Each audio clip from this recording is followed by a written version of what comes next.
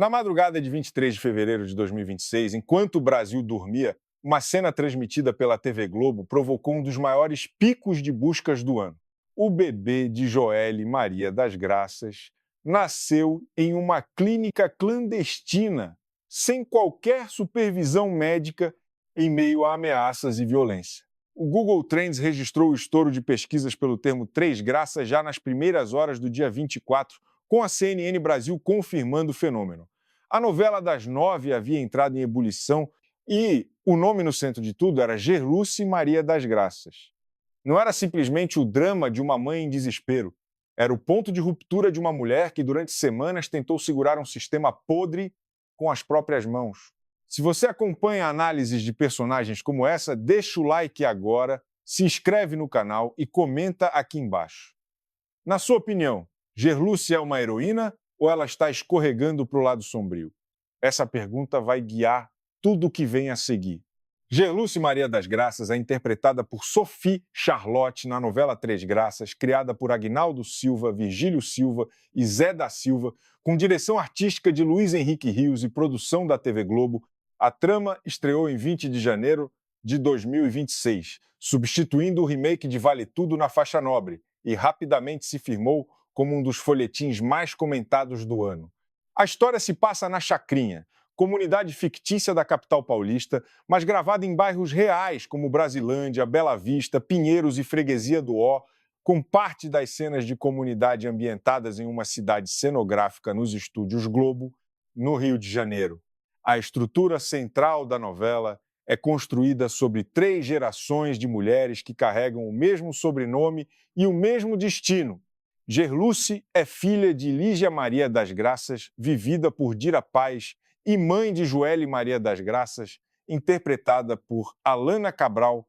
As 3 compartilham um ponto em comum devastador: gravidez na adolescência e ausência do pai no núcleo familiar. Esse ciclo não é apenas um detalhe biográfico, é o motor emocional que comanda cada decisão de Gerluce. Ela não age simplesmente por instinto materno, ela age movida pelo terror de ver a história se repetir uma terceira vez, agora na própria filha. Para entender o que faz Gerluce um dos personagens mais complexos da televisão brasileira em 2026, é preciso olhar para ela em camadas. Na superfície, Gerluce é uma mulher em modo de sobrevivência pura. Trabalha como cuidadora para Arminda de Melo Dantas, vivida por Grazi Massafera, e usa cada centavo para manter a família em pé na chacrinha. Essa é a Gerluce que o público conhece nos primeiros capítulos. Prática, contenida, determinada. Mas logo abaixo dessa camada existe uma Gerluce mais perturbadora, aquela que não consegue aceitar a impotência. Quando o sistema falha com os seus, quando a mãe adoece por causa de remédios falsificados, quando a filha corre risco de vida, algo dentro dela passa a operar com uma lógica diferente. A lógica de quem decide que a lei não vai proteger lá, então ela vai se proteger sozinha. O esquema descoberto por Gerluce envolve a falsificação de medicamentos distribuídos à população mais pobre da chacrinha. Arminda de Melo Dantas e seu amante Santiago Ferretti, papel de Murilo Benício, comandam uma rede criminosa que usa a Fundação Ferretti como fachada para fazer circular remédios adulterados entre as famílias mais vulneráveis. Viviane, amiga íntima de Gerluce, trabalha na farmácia Ferretti e é quem abre os olhos da protagonista para o que está acontecendo dentro dos frascos que chegam às mãos dos moradores da chacrinha. Para Gerluce, essa descoberta não é abstrata. Lígia, sua mãe, está entre as vítimas. A partir desse momento, a protagonista deixa de ser apenas uma cuidadora e passa a ser uma investigadora relutante, depois uma justiceira e depois algo que é mais difícil de nomear. O ponto de virada que nenhum espectador esquece é o chamado roubo da estátua. Gerluce lidera um grupo que invade a mansão de Arminda com um objetivo declarado: tomar a escultura As Três Graças, avaliada em alto valor, e usá-la lá para financiar a compra de medicamentos reais para a comunidade. A ideia parte de uma lógica comunitária quase épica. Tira-se dos ricos corruptos para devolver aos pobres que foram envenenados por eles. Na cabeça de Gerluce, a equação é simples. Na prática, é o início de uma transformação moral sem volta.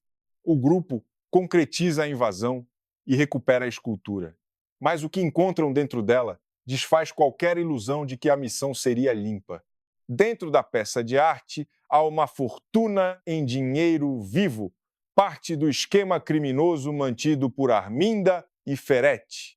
O dinheiro aparece em cédulas empilhadas. O grupo, incluindo Gerluce e Viviane, reage com espanto e em seguida com algo que se parece perigosamente com euforia. E ali o personagem cruzou uma linha invisível, porque a partir daquele momento Gerluce não está mais apenas tomando um objeto, ela está escolhendo o que fazer com o produto direto de um crime, e essa escolha vai persegui-la. A tensão se aprofunda quando Joelle, a filha de Gerluce, enfrenta sua própria crise. O bebê nasce em uma clínica clandestina, sem assistência adequada, em um ambiente descrito como ameaçador e violento. Segundo a trama, a criança é levada por Samira, personagem que age a mando de Arminda e Ferretti, e entregue a um casal interessado em adotar ilegalmente. Paulinho Reis, o detetive vivido por Rômulo Estrela e par romântico de Gerluce, é quem avisa que Joelle está em um posto de saúde sem o bebê. O desespero da protagonista nesse momento é total. A filha sobreviveu, mas o neto foi roubado. E a pergunta que Gerluce passa a carregar é cruel. Se ela tivesse agido diferente, se não tivesse arrastado todos para a missão da estátua, a filha estaria mais segura ou mais exposta? Arminda e Santiago Ferretti funcionam como espelhos deformados de tudo o que Gerluce representa. Enquanto ela usa meios tortos para proteger pessoas vulneráveis, eles usam meios tortos para destruir essas mesmas pessoas e acumular poder. A novela aponta, em um dos momentos mais perturbadores da trama, que Ferretti chegou a sugerir a Arminda um plano envolvendo a eliminação da própria mãe dela, usando remédios falsificados como instrumento. A beleza da estátua, o verniz da mansão, a fachada da fundação, tudo isso são camadas sobre uma violência sistemática e calculada. Gerluce viu esse sistema de dentro porque trabalhou para ele.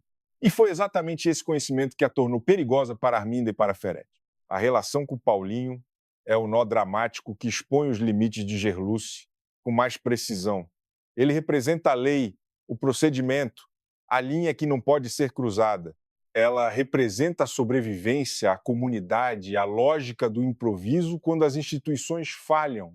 Quando Paulinho descobre que Gerluce omitiu informações importantes sobre a investigação, quando percebe que ela não confiou nele, o relacionamento entra em crise. Do ponto de vista narrativo, esse conflito é o mais rico da novela, porque não há vilão nessa cena. Há dois personagens com valores incompatíveis tentando se amar em um terreno minado. Sophie Charlotte constrói Gerluce com uma contenção que convence. A atriz evita o excesso emocional que poderia transformar a protagonista em caricatura.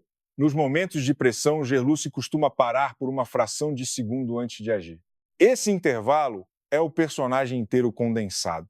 É o momento em que Gerluce ainda pode recuar, e escolhe não recuar.